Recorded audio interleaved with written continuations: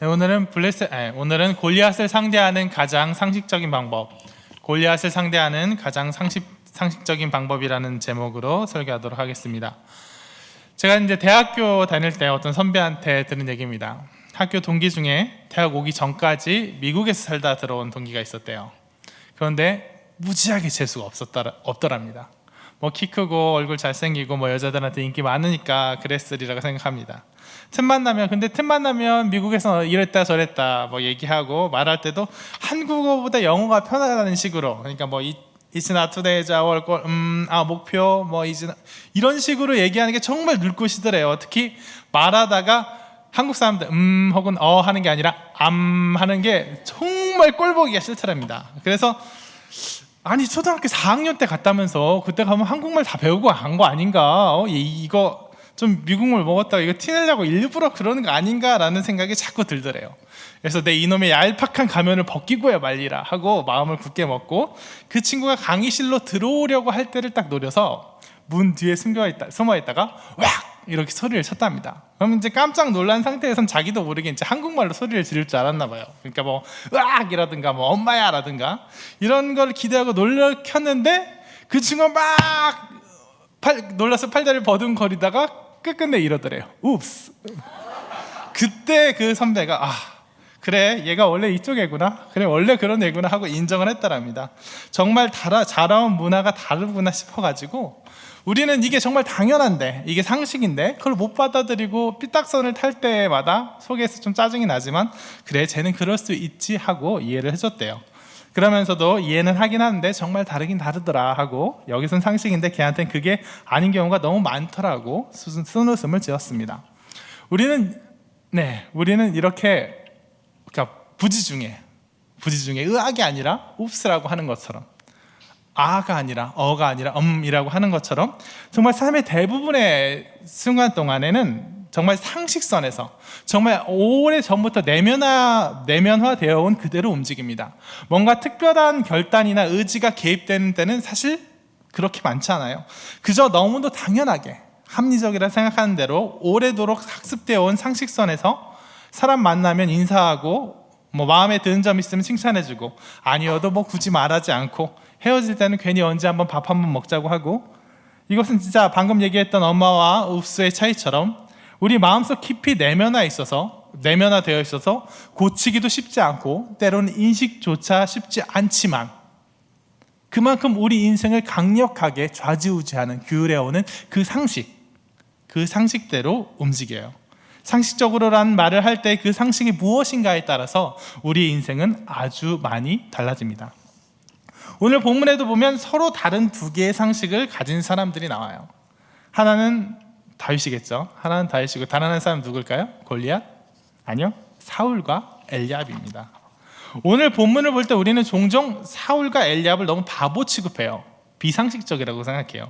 당시 상황을 너무나 간단하게 생각합니다. 블레셋이 쳐들어왔고 이스라엘은 맞서 싸우러 나왔는데 골리앗이라는 무서운 장군이 나왔고, 그래서 사울도 이스라엘 군대도 벌벌 떨고 있고, 근데 벌벌 떨고 있으면서도 소년 다윗이 나와서 왜 싸우지 않냐, 하나님을 모욕한 저 사람을 왜 벌하지 않냐 하고 의로운 분노를 내비칠 때 그때까지 벌벌 떨고 있었으면서도 엘리압은 그 형이라는 사람이 시기 질투해서 야 네가 뭘 한다고 그래 하고 다윗을 핍박하고, 참 한심스러운 사람들이라고 생각합니다.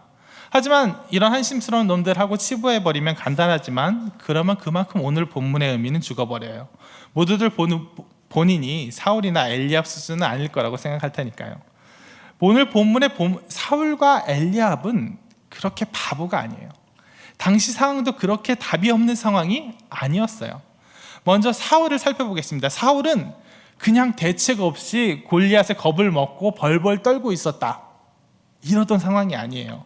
그는 블레셋의 침공 그리고 골리앗이라는 희대의 거인 장군에 대해서 지극히 합리적이고 상식적인, 군사적으로나 전략적으로나 탁월한 판단을 하고 그에 맞춰서 전쟁을 수행하고 있었어요. 오늘 읽진 않았지만 본문 속해 있는 사무엘상 17장의 1절부터 3절을 한번 눈으로 보시기 바랍니다. 읽겠습니다. 블레셋 사람들이 그들의 군대를 모으고 싸우고자 하여 유다에 속한 소고에 모여 소교와 아세가 사이에 아베스 담밈의 진침에 엘라 골짜기에 진치고 이쪽 산에 섰고 저쪽 산에 섰고, 그냥 블레셋 사람들이 쳐들어왔나 보다, 이스라엘 사람들을 맞서 싸우나 보다 싶기만 한 이 구절을 찬찬히 뜯어보면 이렇습니다. 이해하기 쉽게 우리 한국에 있는 지명으로 바꿔서 얘기해 볼게요. 블레셋 사람들이 쳐들어와서 우리나라 땅 부산을 점령했습니다. 대구를 점령하고 대전을 향해서 올라왔습니다. 사울왕은 군대를 모아 분당쯤, 그러니까 지금 진친대가 엘라 골짜기가 예루살렘에서 20km 정도밖에 안 떨어져 있는 데니까 사실 분당보다 더 가까워야 될 거예요. 분당쯤에 진을 쳤습니다. 그쯤에 진을 친 이유는 거기에 험한 산과 험한 산으로 이어지는 골짜기, 즉 방어하기엔 너무나도 유리한 지형인 엘라 골짜기, 천혜의 요새가 있었기 때문입니다. 사울은 처음부터 블레셋하고 싸울 생각이 없었어요. 전투를 벌일 생각이 없었어요. 왜냐, 그거야말로 답이 안 나온 일이었거든요. 철제 무기로 무장한 블레셋 군사랑 이제 막 청동기 문명 벗어난 이스라엘 군사는 전력적으로 너무 차이가 나는 거예요. 그래서 애초부터 이건 싸우면 안 된다, 이건 싸우면 안 된다. 이 전쟁에서 승리할 길은, 아니 최소한 이스라엘이 자기를 지킬 일은 뭐예요? 방어전이라는 거예요. 그냥 굳게 지키는 거라는 거예요. 넓은 데서 싸우면 안 되니까 좁은 길목, 천의 요새인 엘라 골짜기의 지형에 의지해서 방어 태세를 갖추고 수비만 굳게 하면 블레셋 사람들이 결국에는 어쩔 수 없이 지쳐서 돌아가겠지. 갖고 온 식량이 떨어지든가 아니면 다른 나라들이 블레셋을 쳐들어가든가 해갖고 결국엔 지쳐 돌아갈 거야 하는 정말 냉철한 판단을 하고 소고와 에베스 담밈과 아세가 땅을 과감하게 포기하고 거기에만 집중한 겁니다. 그러니까 어떻게 됐어요? 사울의 계획대로, 생각대로 됐어요. 정말 파죽지세로 이스라엘 땅을 점령해 들어오던 블레셋 군대가 거기서 딱 막혔어요. 엘라 골짜기에 막혀서 진군을 못하는 거예요. 지형이 너무 안 좋으니까. 그러니까 이제 어떻게 해요? 골리앗이 나와서 그때부터 도발하는 거예요. 이스라엘 사람들 모욕하고 하나님 조롱하고. 그러니까 이를테면 골리앗이 등장한 거는 사울이 못해서가 아니에요. 사울이 그냥 어리버리하다가 블레셋 사람하고 싸워볼까 하고 나갔다가 그냥 졌으면 그냥 파죽지세로 다 점령을 당하는 거예요. 근데 사울이 정말 지극히 탁월한 판단으로 엘라 골짜기에 집중해서 딱 막으니까 그때서부터 힘으로 못하니까, 못 쳐들어오니까 골리앗이 나와서 그냥 말로만 떠드는 거예요. 공격할 수 있으면 그냥 공격에 들어올 텐데 그러지 못하고 어서 나와라, 싸워라, 싸우자 하고 말로만 떠들고 있는 거예요. 그런데 문제가 생긴 겁니다. 골리앗이 진짜 할 수 없으니까, 진짜 쳐들어올 수 없으니까 말로만 하고 그냥 도발하고 심리전만 거는데 이 심리전이 너무 잘 먹히는 거예요. 다른 사람, 이 어리석은 백성들이 그 도발에 너무 잘 넘어가는 거예요.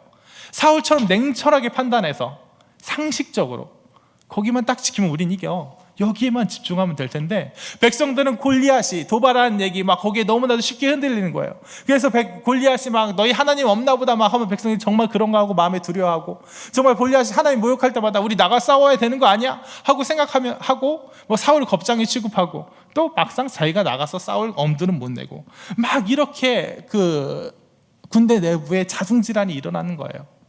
사람들이 요동하는 거예요. 그리고 그때 다윗이 등장한 겁니다. 다윗이 등장해서 정말 천연덕스러운 얼굴로, 정말 난 아무것도 모르겠다는 얼굴로 이렇게 얘기하는 거예요. 아니 왜 안 싸워요? 나가 싸우지 않아요? 나와 싸웁시다. 저기 골리앗이 하나님 모욕하고 있는데 싸워야 되지 않아요? 속 모르는 소리를 하고 있는 거예요. 엘리압은 정말 성인으로서 전쟁에 직접 참여한 당사자로서 이 모든 사정을 다 알고 있었던 엘리압은, 나름 머리 돌아가는 엘리압은, 사울이 왜 여기서 지키고만 있는지 그 사정을 뻔히 아는 엘리압은, 그래서 다윗이 못내 한심스러운 거예요. 다윗한테 화가 나는 거예요. 지금 사람들 몰라서 그러는 거 아닌데, 제가 하나님 모욕하고 있는 거 화 안 나서 이러고 있는 거 아닌데, 우리가 이기려면, 우리가 이스라엘 지키려면 이럴 수밖에 없어 지금 이러고 있는 건데 다윗이 와서 속 모르는 소리 하고 있는 거예요. 속 모르는 소리 해가면서 사람들 선동하고, 그래서 사람들 괜히 솔깃해갖고, 우리 골리앗 한번 때려 싸워서 이겨보자 하고 우르르 나갔다가 지기라도 하면 그 뒷감당은 누가 할 거예요? 여기 엘라 골짜기 여기 뚫리면 어떻게 돼요? 바로 예루살렘이라니까요. 바로 그 다음에 이스라엘 멸망할지도 모르는 거예요. 그러니까 정말 엘리압은 동생에 대한 시기 질투, 시기 질투가 있었을 수도 있겠지만 시기 질투보다도 합리적이고 지혜로운 어른으로서 정말 탁월한 전략가인 사울 왕의 전략을 이해하고 지지하였던 정말 지혜로운 어른으로서 자기 혈기만 믿고 천방지축 날뛰는 어린 동생 다윗을 훈계한 거예요. 지금 골리앗이 하나님과 이스라엘 백성 모욕하는 게 보기 괜찮아서 거룩한 분노가 안 일어나서 가만히 있는 게 아니라 이스라엘을 지키기 위해서, 하나님 나라를 지키기 위해서 지극히 상식적이고 합리적인 결단을 했던 거예요. 이게 바로 사울과 엘리압의 상식이었어요. 블레셋은 너무나도 강하다, 너무나도 강하다. 그래서 우리의 상식적인 판단으로 여기 엘라 골짜기, 여기 요충지, 여기를 지켜야 한다. 그러니까 골리앗이 하나님을 모욕하고 있지만 우리는 지금 참아야 된다, 참고 견뎌야 된다. 이게 엘리압과 사울의 상식이었어요. 근데 그에 반면 다윗의 상식은 달랐습니다. 다윗은 어떤 반응을 했나요? 골리앗과 와서 천연덕스럽게 이랬어요. 그런 고려들, 그래 여기가 요충지고 저기는 철제 무기로 무장했고 골리앗이라는 아주 무서운 장군이 있고, 이런 고려들 하나도 그의 상식을 구성하지 않았어요. 그의 상식은 너무나도 간단했어요. 왜 안 싸워요? 저 사람 지금 하나님을 모욕하고 있잖아요. 하나님을 모욕하고 있는 골리앗, 내가 대적할 때 하나님께서 우리가 골리앗을 이기게 해줄 것입니다 하는 지극히 상식적인 판단이었어요. 다윗이 골리앗과 싸우겠다고 마음먹은 그 내면에는 거룩한 분노, 내 믿음적 영의적인 결단, 그런 게 존재하지 않았어요. 다윗의 어투가 어때요? 왜 싸우지 않습니까? 왜 싸우러 나가지 않습니까?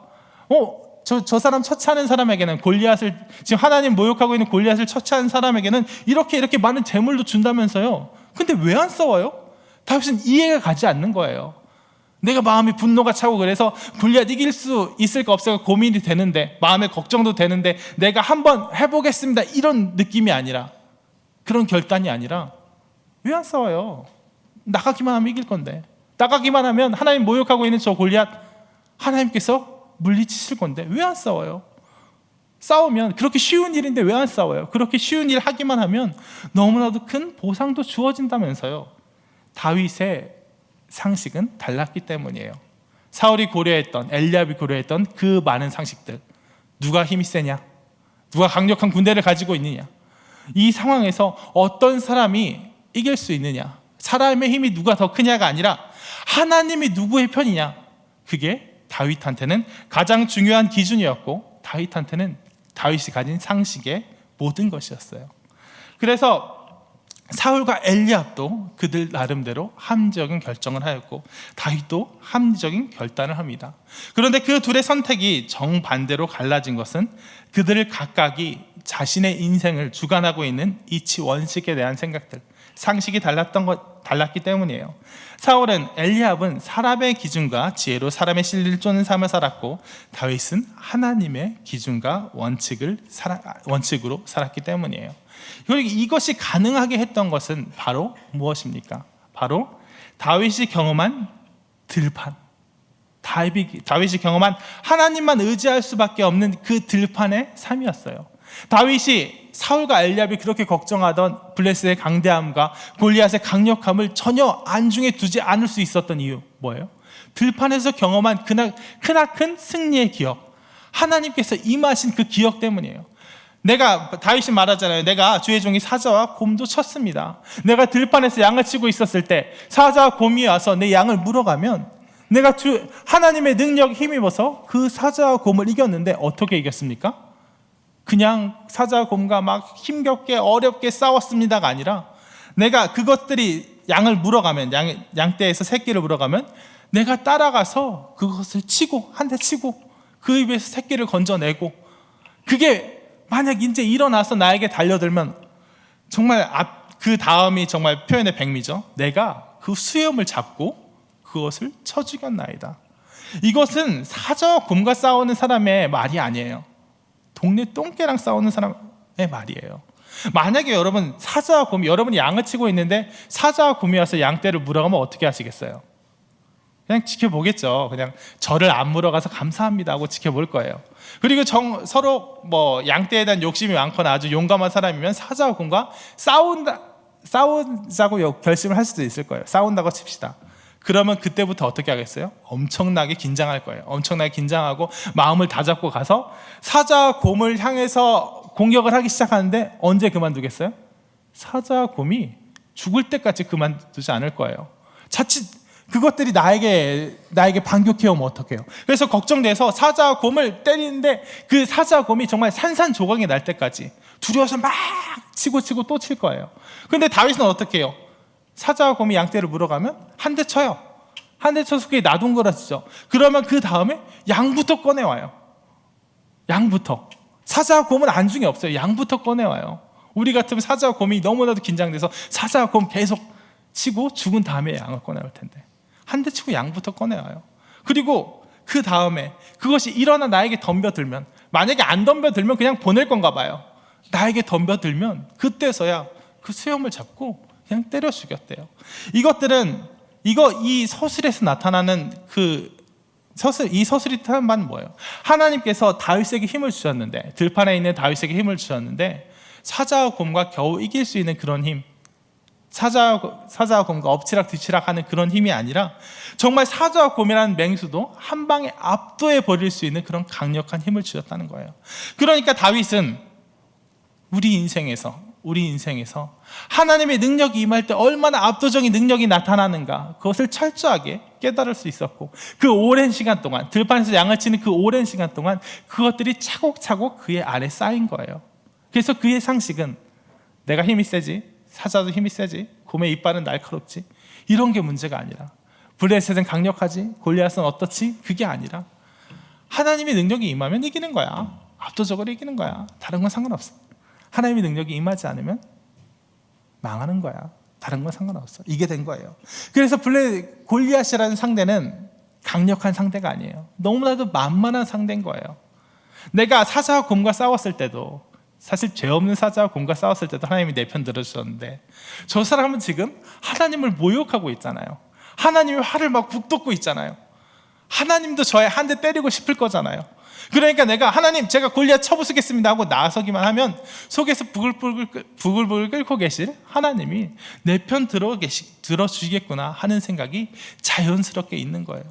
그래서 사울과 엘리압의 기준으로는 도저히 할 수 없었던 골리앗과의 싸움, 블레셋과의 싸움이 다윗에게는 너무나도 간단하고 당연해졌던 거예요. 이렇듯 들판이 중요합니다. 상식이 중요합니다. 우리가 하나님의 뜻대로 살아가는 그 인생을 살자라고 생각할 때 우리는 종종 정말 믿음적인 결단, 기도 열심히 하고 마음에 각오하고, 그래서 하나님의 뜻대로 살아가야지 하는 그런 영웅적인 결단의 순간들만 생각하는데, 우리의 삶의 대부분을 좌지우지하는 건 그런 결단의 순간이 아니라 뭐라고요? 상식이에요. 당연하게 행동하는 거예요. 그래서 우리가 하나님의 뜻대로 사는데 정말 중요한 것은 하나님의 뜻대로 살겠다라고 하는 내 마음의 굳은 각오보다도 뭐냐면, 내가 하나님의 뜻을 받들어 하나님의 능력을 체험하며 살던 그런 시간들, 내 몸으로 겪어낸 그런 시간들, 그래서 내가 그냥 그래, 하나님의 능력이 대단하지, 하나님의 능력을 힘입어야지, 하나님께 간구해서 이 모든 걸 이겨야지 하는 그런 생각들보다도 내가 그래왔던 삶들, 내가 하나님의 능력을 의지했더니 하나님께서 이렇게 해주셨더라, 그랬지, 그때도 그랬지, 그때도 하나님의 능력 힘입어서 승리했지, 그때도 내가 어려운 가운데, 내가 정말 마음에 외롭고 슬픈 가운데 하나님께서 내 마음 위로해 주셨지, 그때도 나의 간절한 소원을 하나님께서 들어주셔서 내 모든 길을 합력하여 선으로 인도해 주셨지 하는 그런 기억과 그런 들판의 체험들, 그래서 그것들로부터 자연스럽게 구성된 나의 내면화된 나의 상식들이야말로 내가 하나님의 뜻대로 살게 되는 그 힘이 되어준다는 것입니다. 그래서 오늘 여러분께 권하고 싶은 게 있어요. 여러분의 인생에서 들판을 회복하세요. 하나님의 능력을 의지할 수밖에 없는 그 들판을 회복하세요. 다윗이 만약에 정말 사람이 많은 곳에서, 도시 근교 목장에서 양을 길렀다면 절대로 사자와 곰과 싸우는 일은 없었을 것입니다. 절대로 하나님께 간구하는 일은 없었을 거예요. 정말 많은 동료 목자들에 의지하고 많은 그 사회적인 시스템에 의지해서 양을 키웠다면 절대로 하나님을 부르짖지 않았을 거예요. 하지만 다윗, 정말 들판에서 아무것도 없는 곳에서 오직 하나님만 의지할 수밖에 없었던 그 들판에 놓여 있었기 때문에, 하나님의 능력이 아니면 안 되는 그 상황이 있었기 때문에, 그랬기 때문에 다윗은 하나님의 능력을 체험할 수 있었고, 그로부터 정말 다윗의 힘이 나왔던 거예요. 그러니까 여러분의 인생에서 하나님의 능력 아니고는 안 되는 그런 들판을 회복하세요. 뭐 어려움을 찾아서 들어가는 얘기가 아니라 우리에게 주어진 사명의 길로 나아가라는 거예요. 가장 쉽게 말하면 선교 가시라는 거예요. 하나님의 일을 하시라는 거예요. 이 세상 우리가 하는 많은 다른 일들, 세상의 일들 할 때는 우리 능력으로 돼요. 우리 능력으로 할 수 있어요. 어떻게 보면 감당할 수 있어요. 그러다 정말 큰 어려움 올 때만 하나님의 능력, 하나님 도와주세요 하고 하면 되고, 그렇지 않은 경우에도 그냥 우리가 하던 대로 우리의 직장에서, 우리의 사업장에서, 똑같은 말이죠. 우리의 직장에서, 우리의 다른 터전에서, 다른 인간관계에서 그냥 우리의 능력대로 할 수 있어요. 하지만 하나님의 일, 전도, 복음 전파, 선교의 사명, 이 일을 감당하는 게 중요한 이유는 뭐냐면 이것들이 사람의 힘으로는 안 되기 때문이에요. 사람의 힘으로는 불가능하기 때문이에요. 전도가 사람의 힘으로 됩니까? 선교가 사람의 힘으로 되나요? 우리가 간사로서, 리더로서 뭐 팀원들을 챙긴다고 합시다. 그럴 때 사람의 힘으로 돼요? 사람의 힘으로는 안 돼요. 사람의 힘으로는 도저히 될 수 없는 게 바로 하나님의 일이고, 하나님께서 우리에게 주신 복음 전파와 선교의 사명이에요. 그러니까 우리가 정말 선교 현장에만 나가면 깨닫게 돼요. 선교 현장에만 나가면 나의 무력함을 깨닫게 되고, 이것이 하나님의 능력을 구할 수밖에 없구나 하고 하나님을 간절히 부여잡게 되고, 하나님의 능력을 구하게 되고, 그래서 내 부족함을 통해서, 내 부족한 헌신을 통해서 하나님의 능력이 정말 그 사명의 자리를 감싸는 그 경험을 하게 된다는 거예요. 그래서 우리가 선교의 현장에서, 사명의 현장에서 하나님의 능력을 경험할 수 있다는 거예요. 우리가 취할 수 있는 가장 쉬운 들판의 경험, 그것이 바로 선교와 복음 전파의 사명의 현장에 바로 기다리고 있다는 거예요. 그래서 우리들의 삶, 그냥 우리들이 할 수 있는 그런 삶 속에서, 우리들이 살 수 있는 그런 삶 속에서 그냥 안온하게 있다가 그냥 어려움이 올 때마다 가끔씩 하나님 이거 도와주세요, 이거 구해주세요 하고 가끔씩 구하는 그런 간구로는 부족하다는 거예요. 우리가 적극적으로 선교의 사명, 정말 우리 전도의 현장에 나아가서 정말 하나님의 일을 감당하면서 하나님의 능력으로만 되지 않는 일들을 감당하면서 나갈 때 우리가 하나님의 능력 다시금 체험할 수 있게 되고, 그 무수한 시간들이, 그 헌신의 시간들이 우리 안에서 하나님만 찾는 그런 체험의 시간들, 우리의 상식을 구성하는 시간들 될 줄로 믿습니다. 말씀을 정리하도록 하겠습니다. 바른 신앙은 어떤 고난과 문제가 찾아왔을 때 매번 두렵고 떨리는 가운데 어떤 경험적인 결단과 자기 희생으로 나아가는 것이 아닙니다. 점점 세상의 기준이 아닌 하나님의 기준으로 살아가는 가운데 당연히 마땅히 합리적인 결정을 하는 것이에요. 이른바 기적이 일상이 되는 삶, 세상이 보기엔 기적이고 영웅적인 결단이고, 저 사람은 어떻게 저럴 수 있지, 저 다윗은 어떻게 골리앗과 싸우려고 저렇게 용기를 낼 수 있지 하는 것이지만, 우리가 보기엔, 다윗이 보기엔 이것이 마땅한 상식이고 이것이 너무나도 당연한 일이 되는 그런 삶을 사는 것입니다. 그러기 위해서 우리들 가운데 들판을 회복하십시오. 하나님의 능력으로밖에 되지 않는 그 들판, 하나님의 능력이 없으면 살아남을 수 없는 그 들판을 회복하십시오. 그리고 우리가 취할 수 있는 가장 쉬운 방법, 우리가 취할 수 있는 가장 가까운 들판은 바로 어디에 있느냐? 선교 현장, 사명의 현장, 복음 전파의 사명, 그 현장에 있습니다. 모두들 다음 대만 선교는 이미 지났으니까 다음 인도 선교, 특히 다음 고성 선교 다들 마음에 새기시기 바랍니다. 찬송가 280, 아까 불렀던 찬송가 289장 다 같이 찬양하시고 기도하도록 하겠습니다.